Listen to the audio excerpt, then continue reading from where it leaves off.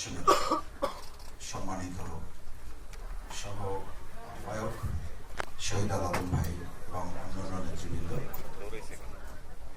আসসালামু আলাইকুম ওয়া রাহমাতুল্লাহি ওয়া বারাকাতুহু। আমি দুঃখ প্রকাশ করছি যে অনেক গুরুত্বপূর্ণ ব্যক্তিবর্গ এখানে আছেন। ভোলায় একটি জানাজায় অংশগ্রহণ করতে হবে, এজন্য মূলত চলে যাওয়া। আমাদের শ্রদ্ধেয় কেন্দ্রীয় নির্বাহী পরিষদ সদস্য জনাব সেলিম উদ্দিন আছেন, তিনি আপনাদের সাথে এখানে কথা বলবেন। আমি শুধু তিনটি কথা বলে আমার খুবই সংক্ষিপ্ত কথা শেষ করে দিতে চাই। প্রথম কথা হচ্ছে, আজকের আয়োজনকে ধন্যবাদ জানাই এবং বাংলাদেশ জামাত ইসলামী এই ব্যাপারে ইতিমধ্যে সংস্কার কমিশনের সাথে বিস্তারিত সময় নিয়ে আমাদের কথাগুলো আমরা তুলে ধরার চেষ্টা করেছি এবং সেই প্রস্তাবনার মধ্যে যে বিষয়গুলো আলোচনা হয়েছে সেগুলো আছে। এখানে বেশ কিছু বিষয় আজকে দেখতে পেয়ে আমার ভালো লাগছে যে আমাদের চিন্তার মধ্যে অনেক বিষয়ে ইতিমধ্যে একটা ব্রিজও তৈরি হয়েছে এবং আমি বিশ্বাস করি খুব কম সময়ের মধ্যে আমরা আরো বড় সেতু বন্ধনের জায়গায় জাতিকে ঐক্যবদ্ধভাবে এক জায়গায় বিনির্মাণ করতে সক্ষম হব ইনশাআল্লাহ।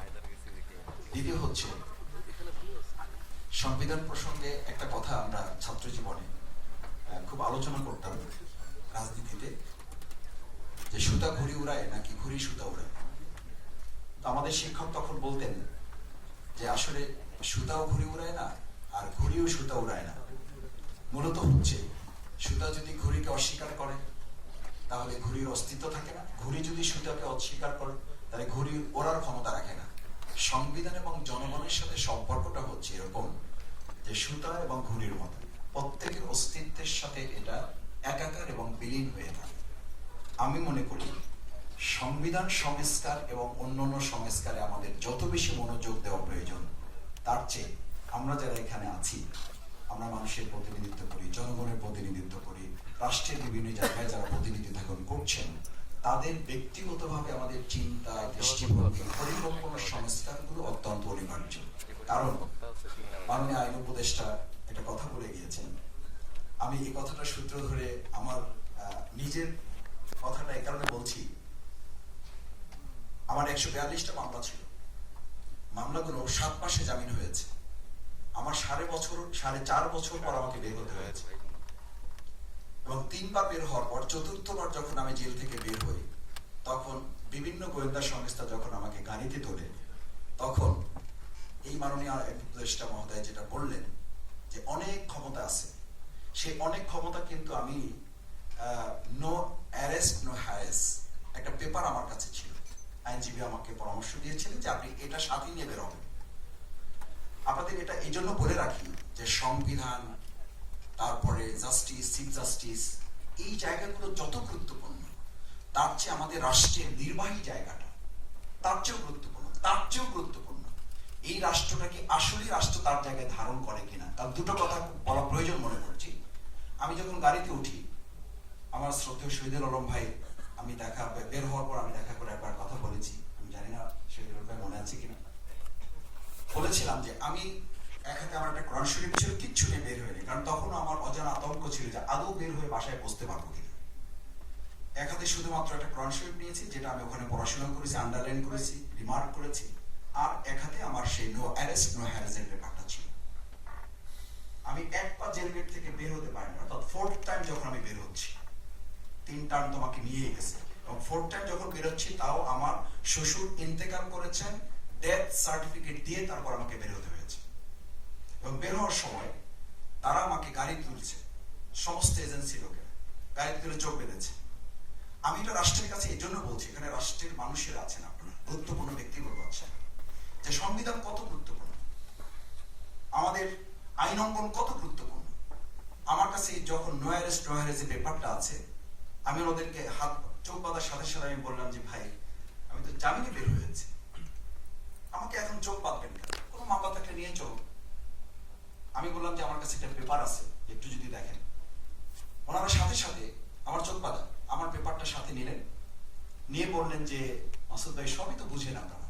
আমি বললাম আমি তো সব বুঝি না, একটু যদি বলেন।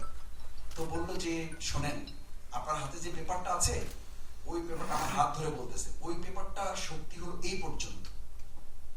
আমার হাত হাত ধরে বলতেছে এই পর্যন্ত। আর আমরা যারা আসছি আমাদের ক্ষমতাটা হলো এখানে আমরা আঙ্গুল রাখতেছি, আমাদের ক্ষমতা হলো এই পর্যন্ত।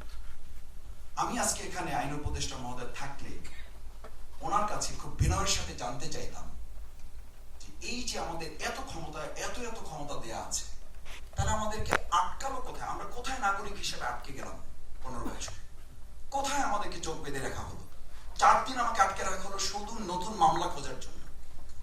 আমি শুধু আমার কথাগুলো বলার জন্য বা আমার কাহিনী শোনানোর জন্য আমি এটা বলছি না। বলছি যে আমাদের চিন্তা, দৃষ্টিভঙ্গি, পরিকল্পনা এইসবের যদি মন মগজ থেকে পরিবর্তন না আসে, কাগজে কলমে আজকে যা এখানে উল্লেখ করা আছে সবই গুরুত্বপূর্ণ।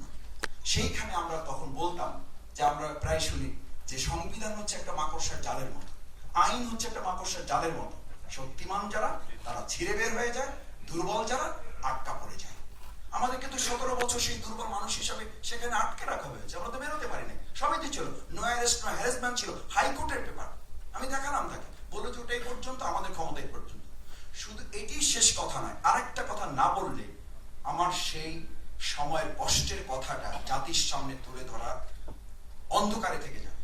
তখন একজন আমাকে কানে কানে বলল, মাসুদ ভাই আপনার বের হওয়াটা শুধু এই দেশের সাথে সম্পর্কিত নয়। আমাদের জনতা এখন যে স্লোগান তুলেছে, একটা রাষ্ট্রের কথা বলে আরেকটা আমাদের দেশের কথা বলে, ঢাকা না দিল্লি, এই কথা কেন বলে? বলার একটা প্রেক্ষাপট তৈরি হয়েছে। আমাকে বলা হলো আপনি শুধু বাংলাদেশের সাথে কথা বলে বেরোতে পারবেন না, আপনাকে অন্য জায়গায় কথা বলে তারপরে বের হওয়ার সিদ্ধান্ত নিতে হবে। This is scenario. এই জায়গাগুলো কিন্তু আমরা অতিক্রম করে এসেছি। সেই জন্য আমি আজকে এখানে যারা এই নাগরিক কোয়ালিশন, আপনারা সুন্দর আয়োজন করেছেন, আমরা অভিনন্দন জানাই। এবং এই বিষয়গুলো নিয়ে আমরা আমাদের দলেও আলোচনা হবে, আমরা এগুলো দেখবো, বিবেচনা করবো, আপনাদের সাথে কথা বলবো। এবং আশা করি আপনারা আজকে যেভাবে আমাদেরকে এখানে আসার জন্য সুযোগ করে দিয়েছেন, আপনাদের সাথে ভবিষ্যতে একসাথে কাজ করার সুযোগ করে দিলে আমরা আরো অনেক দূর এগিয়ে যেতে পারবো, সেই প্রত্যাশা ব্যক্ত করে আমি শুধু একটা কথা বলবো, এইটুকু যে আসুন আমরা আমাদের মন মগজের সংস্কারের জন্য আমরা যারা একাডেমিশিয়ান আছি, আমরা যারা পলিটিশিয়ান আছি, জনগণের ক্ষুদ্র কর্মী হিসেবে যারা কাজ করি, তারা তাদের জায়গা থেকে যদি বৃহত্তর ঐক্যের চিন্তা লালন করতে পারি, তাহলে গতকাল রাতের যে সিনারিও আমাদের দেশের মানুষের সামনে এসেছে, আওয়ামী লীগের মতো একটি দলকে নিষিদ্ধ করার জায়গায় আমরা যেমন বসতে পেরেছি, ভবিষ্যতেও জনগণের সমস্ত ন্যায্য অধিকার প্রতিষ্ঠার ক্ষেত্রে আমরা ভূমিকা পালন করতে পারবো। এবং সেক্ষেত্রে নাগরিক কোয়ালিশনের এই সুন্দর প্রস্তাবনাগুলো আগামী দিনে জাতীয় ঐক্য নির্মাণে সুন্দর ভূমিকা পালন করবে, সেই প্রত্যাশা ব্যক্ত করে সবাইকে ধন্যবাদ জানিয়ে আমার কথা শেষ করছি। আল্লাহ হাফেজ, আসসালামু আলাইকুম।